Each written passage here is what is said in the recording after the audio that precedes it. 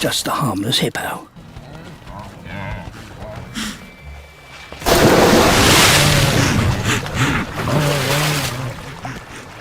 That was no hippo. But here, fear always gives way to thirst.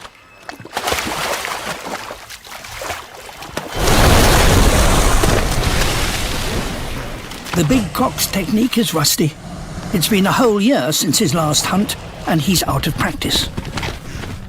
Time for the big cock to try a different tactic. The floating log.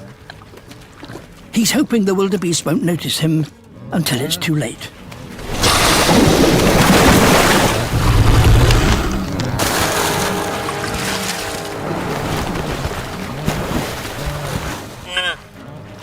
Now the smaller cocks move in chunks.